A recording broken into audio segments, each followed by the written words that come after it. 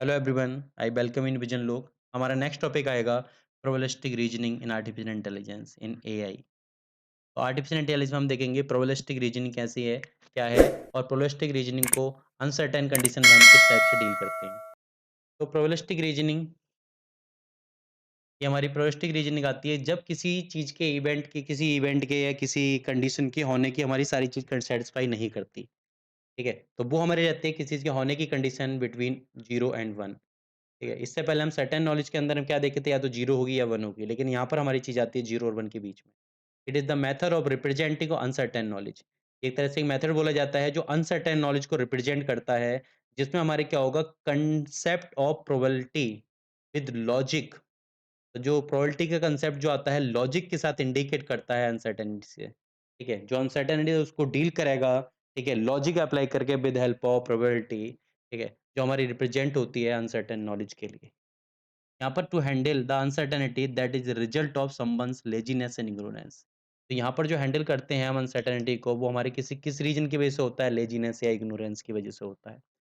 Certainty of something is not confirm in many scenario in real world. जैसे हमारे पास आ गया कि हमारे किसी भी इवेंट के होने की कंडीशन हमारी क्या होगी, तो जरूरी नहीं वो सर्टेन कंडीशन है, अनसर्टेनिटी भी हो सकती है। और सर्टेनिटी के पीछे हमारे रीजन आते हैं वेदर कंडीशन। वेदर कंडीशन क्या होगी हमें नहीं पता है। कल बारिश होगी, नहीं होगी, अचानक से बादल आए, बहुत तेज बादल आए, लगा बारिश होगी, लेकिन बारिश नहीं हुई। और पता चला हल्की सी धूप निकल रही है, धूप में बारिश स्टार्ट हो गई। वेदर कंडीशन के ऊपर डिपेंड करती है। तो यहाँ पर हम सर्टेन नहीं, हम कंफर्म नहीं है। ठीक है, रियल वर्ल्ड के अंदर हम कंफर्म नहीं होते हैं कि वो चीज़ होगी या नहीं होगी। अगली चीज़, game playing between two opponent. दो अपोनेंट, अपोनेंट ए और अपोनेंट बी के बीच में गेम चल रहा है। कौन जीतेगा, कौन लूज़ होगा, हमें नहीं पता है। इसके जीतने के कुछ चांस हो सकते हैं, इसके जीतने भी कुछ चांस हो सकते हैं। लेकिन हम सर्टेनिटी के केस में नहीं बोल सकते कि सर्टेनिटी, इस कंडीशन में सर्टेनिटी क्या होगी, वो सर्टेन जीतेगा या नहीं जीतेगा। तो यहाँ पर भी अनसर्टेनिटी हम डील करते हैं। Reach on the destination due to traffic. हम अपने स्टार्ट स्टेट से गोल स्टेट की तरफ जाना स्टार्ट हुए, डेस्टिनेशन की तरफ जाना स्टार्ट हुए, हम कितने टाइम में पहुंचेंगे हमें नहीं पता होता है। वो डिपेंड करता है कि ट्रैफिक पर, ट्रैफिक कितना ज़्यादा मिलेगा हमें कुछ नहीं पता होता है। Behaviour in different situation. जैसे ह्यूमन बिहेवियर की हम बात करते हैं, तो ह्यूमन बिहेवियर का अलग अलग सिचुएशन में अलग अलग बिहेवियर चेंज हो जाता है। ठीक है, तो इन कंडीशन को these are probable condition in which no surety. यहाँ पर कोई श्योरिटी नहीं दिखाई देती, तो इसी की वजह से हम यूज करते हैं प्रोबेबिलिस्टिक रीजनिंग का, हम यहाँ पर यूज करते हैं। ठीक। तो प्रोबेबिलिस्टिक रीजनिंग की हमारी ज़रूरत क्यों पड़ी? तो प्रोबेबिलिस्टिक रीजनिंग को डील करने के लिए हम 2 चीज़ों को हम देखेंगे। यहाँ पर पहली चीज़ आती है combined probability plus first order logic. तो अगर उस चीज़ को हमें डील करना है तो उसके लिए हम यूज़ करते हैं, ठीक है, probability plus first order logic.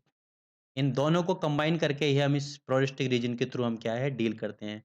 Probabilistic reasoning के थ्रू हम डील करते हैं इस चीज़ को, probability of first order logic के थ्रू। ठीक है, तो यहाँ पर कंडीशन होती है when there is a unpredictable outcome. या हमारे पास कोई ना कोई अनप्रिडिक्टेबल आउटकम दिखाई देता है, तो उसको हम कैसे डील करेंगे, उसकी जरूरत होती है हमें प्रोबेबिलिस्टिक रीजन से डील करने की। ठीक है, अगली हम देखते हैं whether specification of possibility of predicate become too large to handle. तो ज़्यादा लार्ज हो जाती है हैंडल करने के लिए। अगली चीज होती है अननोन एरर। ठीक है, हमें एरर को नहीं पता होता क्यों आ रही है, क्या रीजन हो सकते हैं, किसी वजह से एरर आ रही है, क्या हमारे तरीके हो सकते हैं उस चीज़ को हैंडल करने के।